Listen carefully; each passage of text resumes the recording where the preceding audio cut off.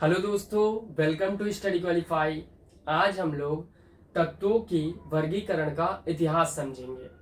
पिछली क्लास में हमने परमाणु संख्या 1 से लेकर 20 तक के तत्वों का नाम और उनका इलेक्ट्रॉनिक विन्यास सीखा था। अगर आपने उस वीडियो को नहीं देखा है तो डिस्क्रिप्शन में उस वीडियो का लिंक दिया हुआ है, आप चाहे तो इस वीडियो को देख सकते हैं। चलिए आज की क्लास को स्टार्ट करते हैं। तो सबसे पहले तत्व क्या होता है? तो जो पदार्थ होते हैं वो दो प्रकार के होते हैं, एक होता है तत्व और दूसरा होता है यौगिक। चलिए इसको उदाहरण की सहायता समझते हैं हम लोग। ये है हाइड्रोजन गैस और ये है ऑक्सीजन गैस। ये है पानी का रासायनिक सूत्र और ये है कार्बन डाइऑक्साइड का रासायनिक सूत्र। तो जो यौगिक होते हैं ये ऐसे पदार्थ होते हैं जो दो या दो से अधिक प्रकार के परमाणुओं या अणुओं से मिलकर बने होते हैं।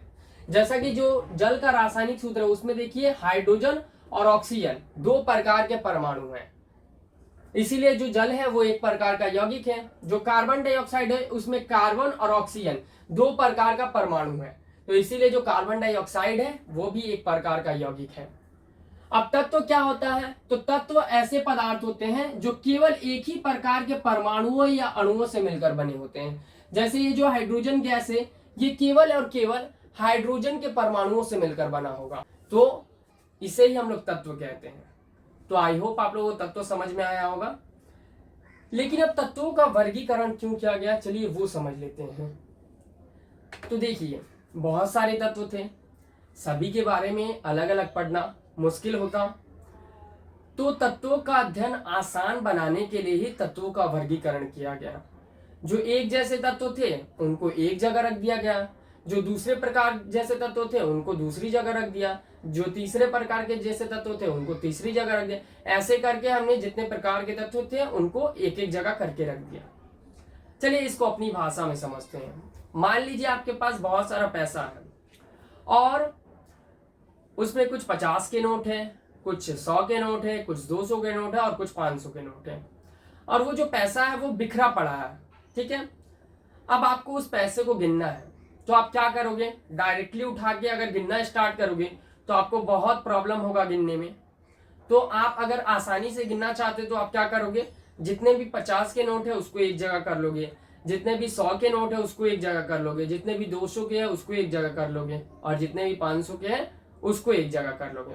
उसके बाद आप गिन लोगे, उसके बाद सबको ऐड करके आप समझ जाओगे कि आपके पास कितना पैसा है। ठीक है, ठीक उसी प्रकार तत्वों को भी हमने वर्गीकरण किया। जो एक जैसे तत्व थे उनको हमने एक जगह रख दिया, जिससे कि हम लोग एक तत्व के बारे में अगर पढ़ेंगे तो और बाकी के बारे में भी हमें पता चल जाएगा कि हाँ इनके गुण भी इसी के जैसा होने वाला है। ठीक है, तो समझ में आया कि तत्वों का वर्गीकरण क्यों किया गया।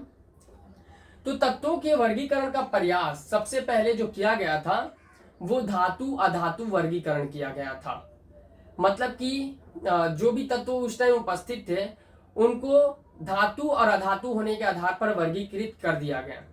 जो तत्व चमक रहे थे, जो विद्युत के चालक थे और जो सामान्य तापमान पर ठोस अवस्था में पाए जा रहे थे उनको धातु कहा गया, और जो तत्व नहीं चमक रहे थे, जो विद्युत का चालन उतना अच्छा तरीके से नहीं कर पा रहे थे और जो सामान्य तापमान पर ठोस अवस्था में नहीं पाए जा रहे थे उनको अधातु कहा गया। ठीक है, लेकिन इस वर्गीकरण में उपधातु के बारे में कोई बात नहीं की गई।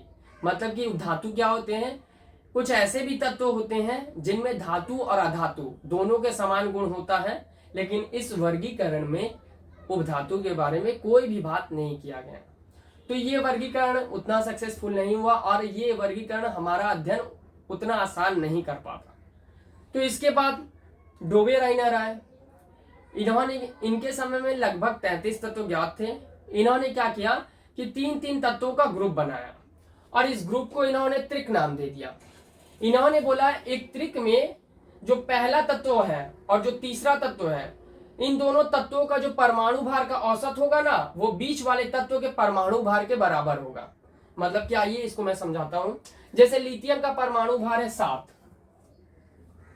और पोटेशियम का परमाणु भार है 39, तो इन्होंने बोला इन दोनों का ना औसत निकाल लो और जो औसत आएगा ना वो बीच वाले परमाणु के परमाणु भार के बराबर होगा। जैसे यहाँ पे ये कितना हो जाएगा 46,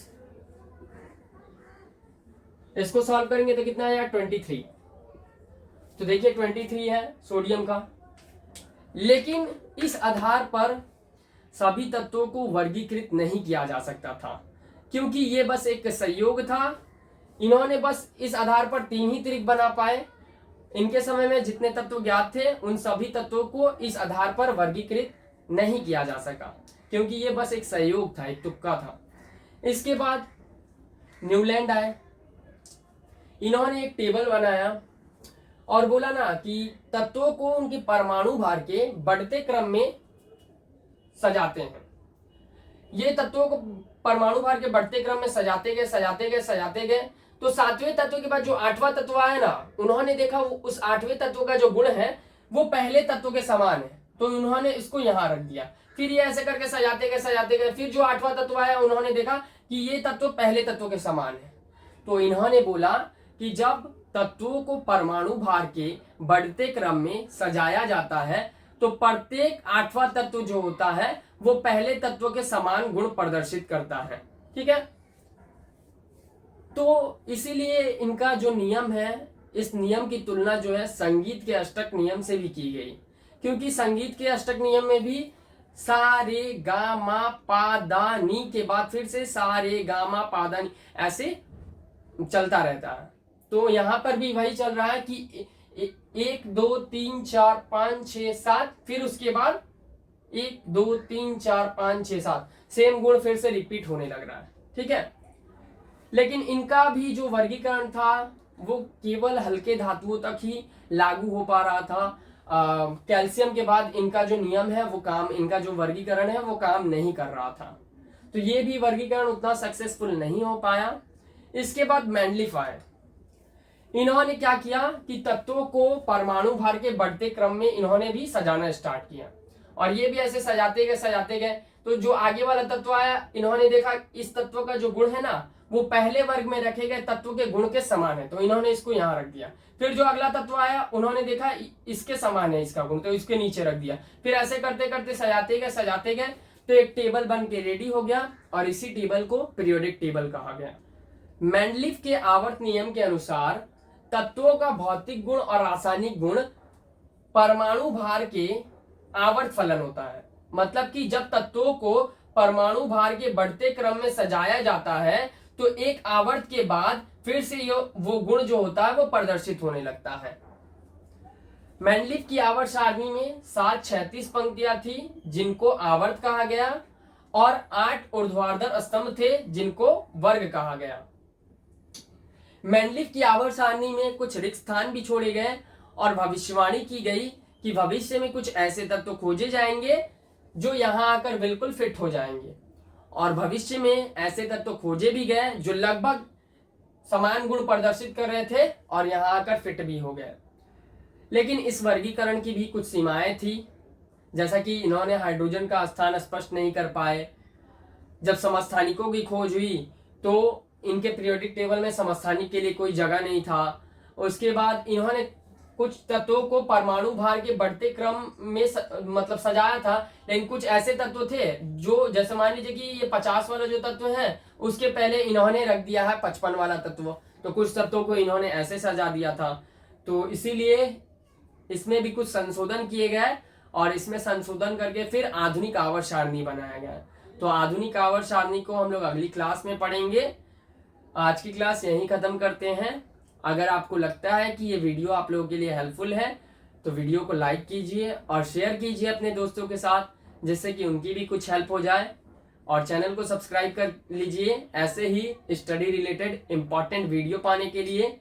मिलते हैं फिर अगली क्लास में।